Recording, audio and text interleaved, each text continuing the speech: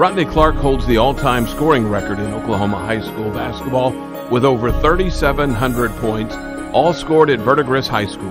Basketball was everything for Rotnie, who dreamed of playing in the NBA one day. That dream was never realized, but what was Rotnie's faith in God and his purpose, shifting from ball player to servant of God, husband, and father. This is the inspirational story of one of the most ballyhooed ball players in Oklahoma history, Rotnie Clarke. I started by asking him about where he was born.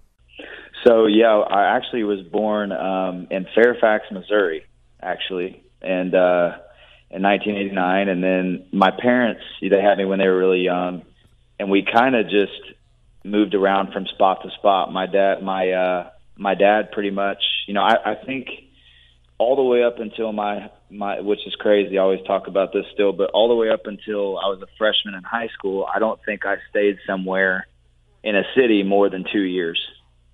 And I was just my parents were constantly moving. I was moving with them, and a lot of it was because we were following my uncle at that point. And, my mom was a teacher. My dad was kind of his assistant coach, and so we just kind of bounced around for all the way up until, I kind of stuck there at Verdigris for my high school career.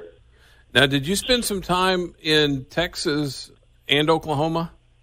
I did, yeah. So I only spent 1 year in Texas, but I originally thought Kelly, my uncle, had gotten a job at Denison, Texas, and I was in 8th grade at that point. So I thought, next year being my freshman year, I would go there and kind of get acclimated, and I knew I was going to be playing for him probably. And so we went there and actually had a great time there, a great year there, played basketball there, and actually, was played for Team Texas on the summer circuit, which helped me a lot with exposure, being on that team, a Nike sponsored team. And but we moved back after that 1 year, and that's when Kelly moved to Verdigris.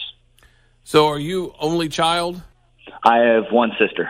Okay, Kathy. Now older or younger? Yeah. When you went off to college to Arkansas originally, so being a couple years behind you, did she follow you to Arkansas to go to college? Yeah, it was kind of a weird ordeal. So I moved. I had initially, committed to Arkansas, and I was down in Arkansas for the whole summer, for my first summer sessions of college, and trying to get a head start and being ready to play as a freshman. And it ended up happening. Verdigris had just started a volleyball program at that point, and my sister had kind of decided, well, I'm going to try and play college volleyball. And my parents ended up, looking around at some different schools that would maybe prep her more for college volleyball at that point. And Fayetteville High School was actually the high school that's in the, Fayetteville, where the University of Arkansas is, has a very, very good volleyball program. And they had a coach that had played at the University of Arkansas. And my sister actually moved to Fayetteville High School for her senior year, played there, and played basketball there, and actually won a state championship, and then ended up that's when she ended up, I was already there. So she got an offer from Arkansas, and then we both ended up there for 2 years. That's awesome. 3 years for me, 2 years for her. Yeah. All right, let's back up a little bit here too, because I forgot I read this. So your dad named you after Rotnie Anderson, the former Oklahoma Sooner running back. Is that right? He did. That's correct. Now, did he have a personal relationship with Rotnie? No, he did. I don't think he had a personal relationship. My family on my dad's side has always been really big OU Sooner football fans. Okay. And I think he just liked the name, like it was different, unique, obviously, and he obviously liked him as a player and liked OU football. So I think that's just where he got it. That's what he wanted to do. That's awesome. Well, you guys are going to have some heated meetings here once Oklahoma actually gets into the SEC and starts playing Arkansas every year. Yeah, that'll be interesting. You had mentioned, moving, you spent a year in Texas, and obviously basketball became, the sport for you. But when you were in high school, did you play anything besides basketball, especially at Verdigris? At Verdigris, I did not. So I think I played baseball all the way up until 7th grade, and honestly, all of the baseball coaches at that point in my summer teams that I was playing with were begging me to quit basketball and focus on baseball, because I think I was better at baseball probably, but it just wasn't the sport for me. Like, it just didn't interest me like basketball did. And so I quit baseball in the 7th grade and just focused solely on basketball. And so yeah, that's all I played through through high school. And then the Verdigris baseball coaches would try to get me to come out for the team every year, but I just I was too focused and hooked on basketball at that point. By then, your path was certainly set in front of you. Let me ask you about growing up in the Clarke household. I know that you're a Christian. Was that the case with your parents? Did you grow up in a Christian household? Yes, I did. Really, I'd say my dad's side, really my mom's side as well, but my dad's side is very, very open about their faith. Very, they've been strong Christians from my dad's parents to his parents, all the way down the line. And my parents are what kind of taught me.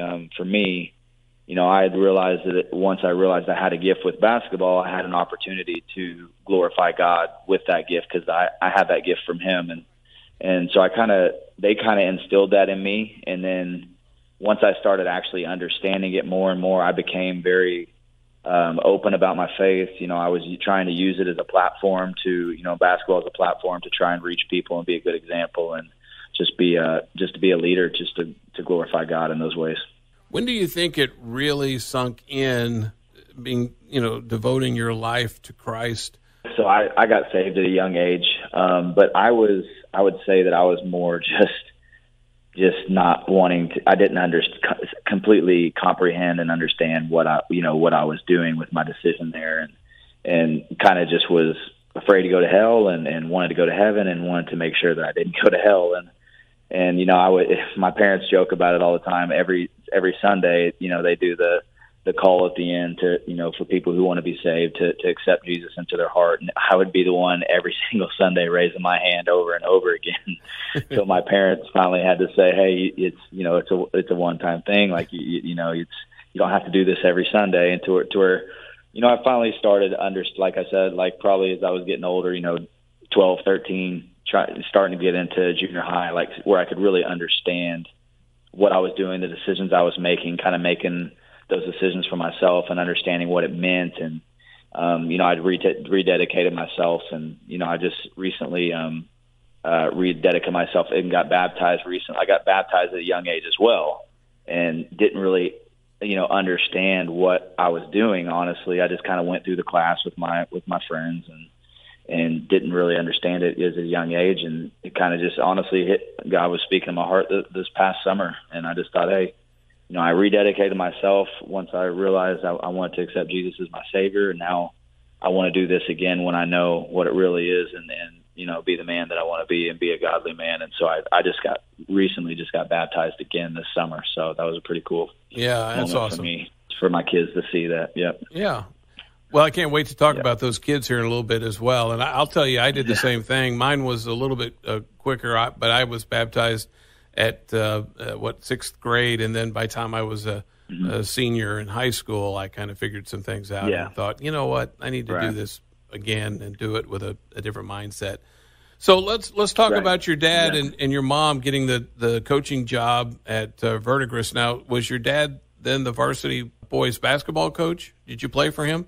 So I played for my uncle. My uncle was the head varsity coach, and my dad was the assistant. Okay. And then my mom kind of just got, she just got a teaching job at the school. So my dad was the assistant. My sophomore year, I think after my sophomore year, he took the director of basketball operations job at ORU and was there for a year, and then kind of bounced back and forth, helping out with the team and helping my uncle out with the basketball and going back and forth. So, yeah. So you started off as a freshman playing varsity at Verdigris and had obviously a pretty good season, averaging over 20 points a game. By the time your sophomore season rolled around, you had increased that to scoring, 34 points a game. And then you were pretty well locked in from that point on. When did the scoring record ever even enter the picture for you? And for those folks who don't know, we'll get to that, but Rotnie Clarke is the all-time leader in boys basketball in the state of Oklahoma, over 3,700 points scored.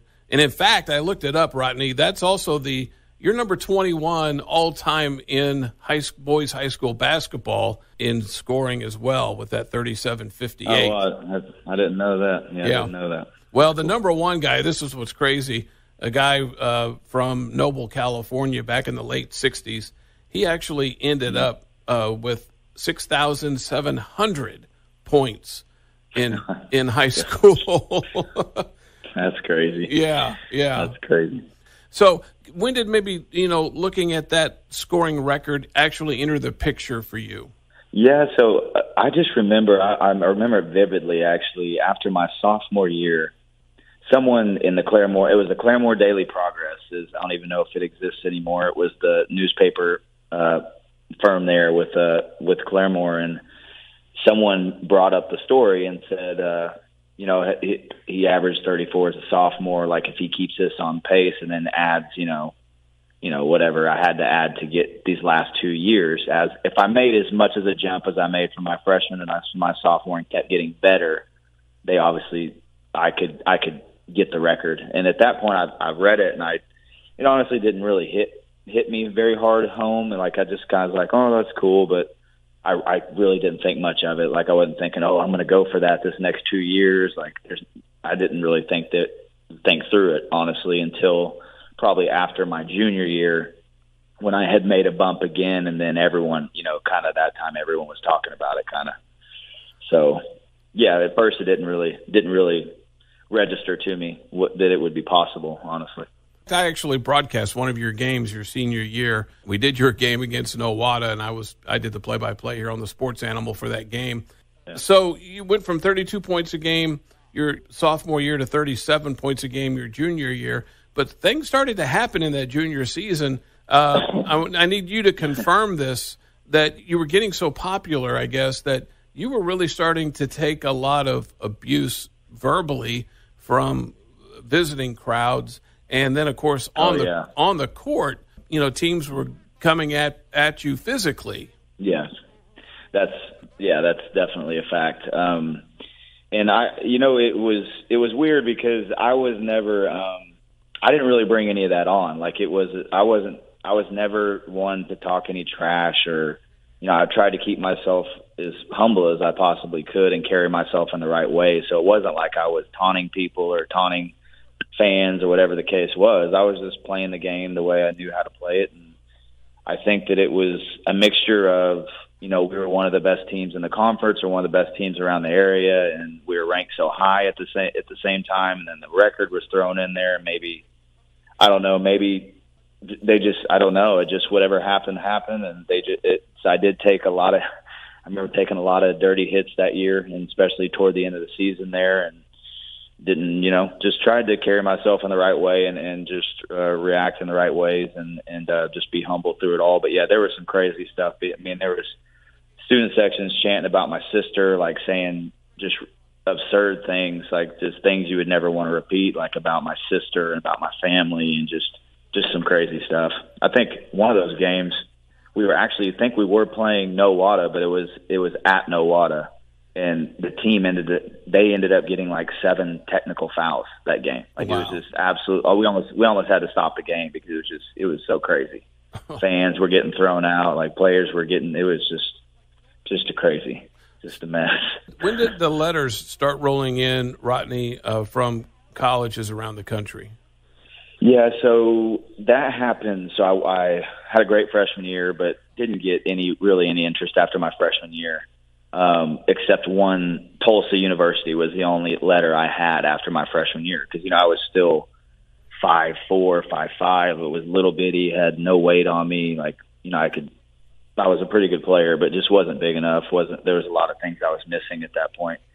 And I remember going after my freshman year. I went to a tournament in the summer, and with Team Texas, it was a Nike sponsored team, and they gave me the opportunity. It was the last term of the year to play up with juniors and seniors because they didn't have enough guys. And I was like, whatever, fine. It's one more tournament. I'm kind of burnt out for the summer, but it's one more tournament. I'll go try it out and just, play with get some good exposure with playing with some older guys, getting ready for the year. And it ended up being, it was kind of a God thing. Like, we got there and we ended up playing the number one team in the country at that time, and they had just loaded with talent, and every college coach in the country was there watching the game. we had 7 or 8 guys, so I almost played the whole game. I ended up with maybe 40, 45 points, was just hitting everything I shot. And, no one had heard of me. No one knew who I was really at that point. And then after that, that's when it just started getting wild. And it was just kind of overwhelming and just kind of shock, like just all the letters I was getting from these different schools. And I remember walking out in the parking lot after the tournament, and it was just my mom and me at the tournament. My dad couldn't go for some reason. And coaches were, at that point it was illegal, but they were running to my mom, giving them their cards, like trying, at that point my name was kind of on the on the radar. So that was pretty cool. Well, and obviously your next year and then your senior year, all that would be to solidify in those coaches' minds just how good a player you had become. And your senior year, boy, what a battle. You and Keaton Page, who was at Pawnee High School, you guys both battling for that scoring title, and you even met up against each other that year. We did. He got. Actually, Keaton Page is my childhood best friend. Like, we're still best friends to this day, best men at each other's weddings. That's cool. But yeah, it was fun. Like, a lot of people made it out or wanted us to be like these villains through it all, but honestly, we were talking to each other throughout the year. Like, I remember one game he ended up with like 61, and I called him. I was like, "That's crazy! Like, how does that feel to have 61?" And then like a week later, I had 65, and he calls me, and we're just trying to beat each other's, just talking through it, and just how crazy is this? Like, it was just an awesome experience. It was a blessing to be a part of, like, through that whole process and being able to just experience that. All right, so to this point, everything, other than the insults that were hurled at you, when you were playing on the road during high school, had you encountered anything really heavy yet? Honestly, not much. I mean, the only thing that I kind of had a chip on my shoulder about, like, I had a pretty smooth process through, up and through high school. And I think the point for me was just I had a chip on my shoulder just because even though I had all these colleges, recruiting me, I still felt like people were doubting me. Like, once I got there, there's no way I'm going to play. I'm not big enough. I'm not strong enough. I'm not athletic enough. Going to the SEC, there's no chance. Like, that's known as an athletic conference. Like, there was just kind of had this chip on my shoulder this whole time, wanting to prove people wrong, because even though I did have these offers and all this attention, like, people were still doubting me. So I think that's the only kind of adversity in my mind that I was going through, but it helped me and motivated me. But other than that, it was pretty smooth transition with everything. How did you arrive at the decision to go to Arkansas? Because, you had offers from everywhere: Kansas, Kentucky, Memphis, all the blue bloods, Oklahoma State. Yeah. You mentioned Tulsa already, Gonzaga, all over the country, but you chose Arkansas. Yeah. Why? Yeah, I think for me, I would like to say I was pretty mature, like beyond my years at that point. I prayed through and really tried to get a piece about every decision, every visit that I had, every coach that I was talking to. I felt like I could read, whether people were being honest or whether they weren't. I was trying to just, kind of discern all this information. And what it came down to for me is, I could go play. I could go, take an offer from a Kentucky or a Kansas or somewhere like that, like a blue blood. But would I play my freshman year? Would I have an opportunity to do that with all the talent that they have? Maybe I could play a significant role my sophomore or junior year possibly, but I wanted to be able to step in and have a chance to play immediately and be a factor immediately for a team. And I think Arkansas was the situation that I knew I had that chance, and I felt like the coaches were being honest with me about my chances in playing as a freshman. And I had family also there. My grandma lived there. My uncle lived there. So I had kind of that. And it wasn't too far from home, but it was just far enough to kind of get my own space, which my parents and Cassie, my sister, ended up moving there anyways. But, so I felt like that was my best option to be able to play as a freshman and be a factor for a team and make an impact. So your coach that recruited you, John Pelfrey, gets fired after the 2010-2011 season, and that's when you asked for a release from your scholarship. And what I read, you really did some homework here to figure out, do I want to play for this guy and would I fit into what he is trying to do? And you came to the conclusion that you couldn't. people who have asked me questions on radio shows and things of what happened, especially in Arkansas, of what happened, why did I choose to do what I did. And I always tell them it was a lot harder, honestly, for me because, honestly, social media also at that point wasn't really a factor. Like, I had Facebook, but I didn't have there was no Twitter, there was no Instagram, nothing like, and I couldn't really, there was a lot of fans that I felt like I had connections with that I had made, I had made a connection with the state of Arkansas, and I couldn't really explain, and I wanted to, kind of what's going on. Hey, this is what's going on. Like, this isn't a selfish thing. Like, I'm just trying to do, and sometimes you have to be like, try and do what's best for you. But I think there was numerous factors. I mean, he had never recruited me coming out of high school. Like, I'd never got a call from anybody on the staff. And I had done research about how he wanted to play, like what the situation was. And we had chats and conversations. And, I had told him, okay, well, I'm going to stick it out. I'm going to try a month or two here in the summer. And then if I'm not feeling it, I'll be honest and let you know. And I tried doing that because I didn't want to just quit right away. I wanted to at least give it a shot. And we just didn't click. It just, for whatever, all the reasons, we just didn't click and ended up, going in there and asking for my release. And that kind of got messy too, but ended up being okay. So go to Butler and make that decision to transfer there. But you find out, I mean, you had been complaining, I guess, of some issues with your ankles, and I guess at Arkansas they really couldn't or wouldn't do enough testing to figure out what was going on, but they figured out what was happening at Butler, and that was the first of two medical issues that you would run into at Butler. Yep. Yeah, it was honestly a blessing in disguise, and I realized that right when I got to Butler is, like you said, I did have all this pain in my ankles at Arkansas. And, they were treating me. They were doing everything. I felt like they were doing everything they could, but it's like, there's got to be something here. Like, I'm not I'm pretty high pain tolerance guy. Like, I'm a pretty tough guy. Like, I'm not, there's something going on. Like, I'm not just having soreness here. Like, this is something else. And I'd ice constantly, and they took me in for scans and stuff. But like I said, I don't know if it was they couldn't or if they wouldn't or what the situation was. But I had one trainer and a doctor right when I got there, not too long after we started practice and stuff. And he looked at the way my bones were in my ankle just by me standing there. And he said, "You have a Tarsal Coalition."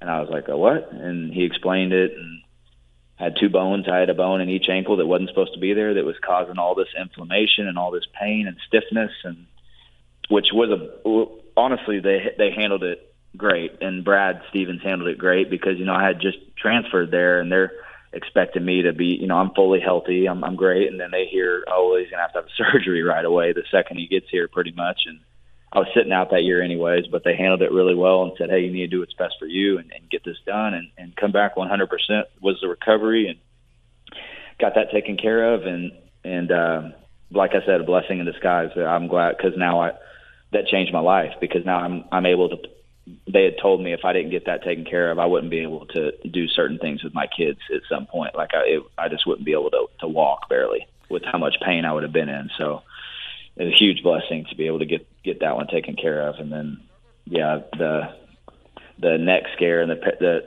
the hit I took the next year when I was actually playing was a pretty crazy situation. Well, and let's talk about that for just a second. But leading into that, after the surgery on your ankles, I read where you figured out that there is life after basketball. That basketball isn't the center of your life, that God is in the center. Right. It just put everything in perspective for me. And, basketball had been, I was a strong Christian. My faith was the most important thing to me, but I don't think I'd ever been hit so hard to where I really had to think of what the things I was thinking about at the time when I was hurt. I did both ankles at the same time. So I'm in a wheelchair for almost 3, 4, or 5 weeks trying to heal up from this. And, I'm crawling, my apartment was on the second floor. I'm crawling up the stairs, army crawling. And that's when I realized that the lowest point that I'd probably ever been at in my life, this basketball is nothing compared to my walk and my relationship with Christ. And, just once again, another blessing just helped me through that. And it motivated me going into the next year, like you said. And when I got that hit and scared, I could honestly, thought I was going to be paralyzed. Like, I couldn't feel my body for a couple minutes, and pretty scary situation. But at the same time, you know, it's you realize in life that you see that perspective, and you go through things, a little adversity, and you know that there's other things important that are way more important than sports. Mm-hmm. Now, You met your wife while at Arkansas, right? I did. And when did you guys get married? We got married right after my rookie year overseas professionally. So I graduated from Butler, and she actually finished up dental hygiene school while I was playing in Australia. And the summer I got back after my rookie year was the year we got married. So 2014. And now you have 3 kids? We have 3 kids, yes, sir. I have, my oldest her name is Kaya. She's a girl, and she is 6 years old. Okay. And then I have my middle is a boy. His name is Dre. He is about to turn 5 next month, so he's 4 right now. And then my youngest, his name is Cannon, and he's a boy, and he's 3. Okay. So we have a 6, a 4, and a 3. So they're pretty close in age. Yeah, and everybody around here. Yeah, everybody's got their hands full, no doubt. Let's go back to after Butler. It's time to maybe go to the NBA. The 2013 draft rolls around, and Rotnie Clarke's name is not called. What happens then? So I had gone through. I had thought about what I was going to do, what the move I was going to make. I had actually, I went through an agent. I hired an agent and kind of went through the same process like I went through of choosing a school for basketball. I listened to 7 or 8 guys present to me, their presentations on why they thought they would be good for me, a good fit. And so I hired my agent, and I could have went the G League route, or I could have went and, played somewhere overseas. And I had numerous offers overseas. I definitely could have been with the team in the G League for sure. There were a lot of teams that wanted me to play. But at that point, honestly, I knew I was about to get married, and I had no money at all. And the G League really is not the place you want to go unless you're for sure going to get a call up or whatever the situation is. So I took more money and took the overseas route. I played in Australia, so it was my first year. It was going to be comfortable because it was the English-speaking country, obviously, or continent. It was a very comfortable situation for me. I ended up having a really good year, won the MVP that year, and came back. So I think that's maybe one regret that I have through my career that I've told people is maybe just not giving that first year, that first shot in the G League to try, and when I was younger, to try and get a call up or try and play well and get noticed right away with my name being hot out of college kind of. So I think that's one thing I regret going through and looking back at it. Walk us through the next few years then after Australia, because it seems like you were at multiple places, more places, or at least playing for more teams than years. So my first year I was in Australia, so they offered me back. Didn't want to go back there. I wanted to be able to try and make my name over in Europe, because that's where you can make a lot of money playing the game overseas is in Europe, throughout the Europe connections. And so I went from Australia my first year, went back, then I went over to Europe for my first year for Belgium. So that was year 2. Went from Belgium to Germany, and then after Germany, I went back to Australia and signed a 2-year deal at the same spot that I played in my rookie year. So, and the way it's set up, the way I played for a couple teams in a year was the Australian League goes from October to February for basically 6-7 months. So you play that, and then you have, in the European leagues, they play until May. So I was finished in Australia and then signed a 3-4 month deal in Europe right after that to finish out the summer, make some extra money and try to get some exposure over there. And I did that 2 years in a row. So that was a good experience for me, being able to do that and, play 1 year in Australia, or play half the year, then play, almost half the year in Europe. So went there, and then I've been to Poland. I'm in Italy now. We've been everywhere. So it's been pretty cool. It's been a blessing. So now are you 32? Yes, sir. I'm 32. Turned 32 this summer. Tell me about the dream to play in the NBA. Has that come and gone? I think it's come and gone. I don't think the flame is much there for me. Obviously, it would be a dream still for me, but I don't think it it burns inside me like it once did at one point, just because having a family and having kids has kind of changed me in the fact of I'm just trying to do the best that I can to support them. Mm-hmm. And I feel like I could hurt my fan, if I was to go be like, oh, well, I could go try a year in the G League right now at 32 and try and get a call up and just say, I did it. Like I played a couple games in the NBA, got a 10-day or something, but I wouldn't be making barely anything close to what I am here, overseas in Europe. And I'm really just trying to play as long as I can and try and set my family up the best that I can in that time. So truly now is about playing the game and trying to financially set my kids and my family up. So there's a lot of guys over here that choose the European route just because of the taxes and all the different things you can make. I'm not saying I am, but there's guys over here for sure that make more money here than what they would signing a deal in the NBA. So yeah, I was just saying it's a good situation. They take care of your apartment, they give you a car, they take care of everything basically outside of just food and gas is really all you have to worry about. So outside of that, they really take care of you. They're in the right spots. How's your Italian? It is.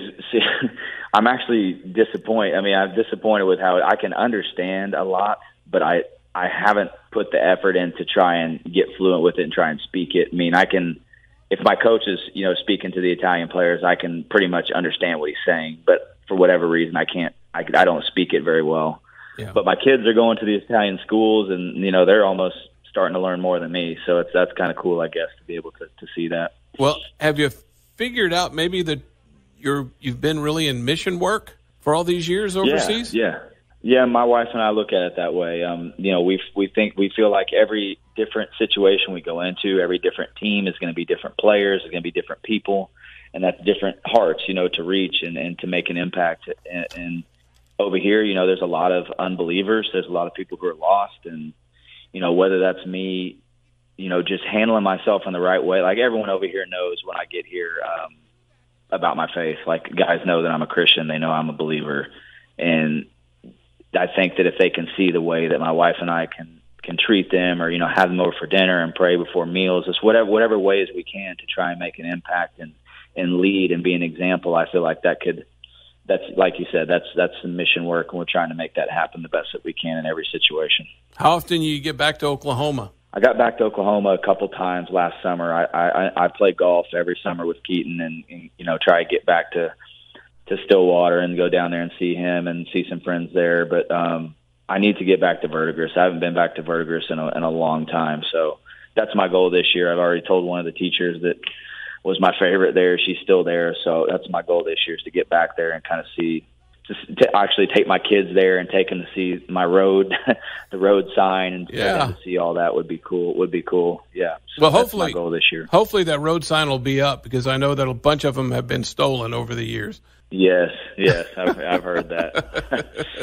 Well, listen, Rotnie, so thankful for your time, man. This has been awesome, and what a story, and so thankful that you have been able to, even through those very difficult times when you didn't even know that you would walk again, you held on to your faith and gave the glory to God, and I just think it's wonderful. And next time you're in Oklahoma, man, you need to stop by the studios here. And we'd love to talk to you live on the air, and would love to buy you lunch. I love that. Yeah, I appreciate you giving me the opportunity too. Like, I love speaking about my faith, and I haven't had a chance to do that in a little bit. I did a lot last summer on some radio shows, but I really appreciate you giving me the chance to speak about who I am as a person and what God means to me. So that's really cool. I appreciate that. Thanks for listening to this podcast with Rotnie Clarke. Please take the time to give us a good rating and listen for more interviews like this one at suitup611.com.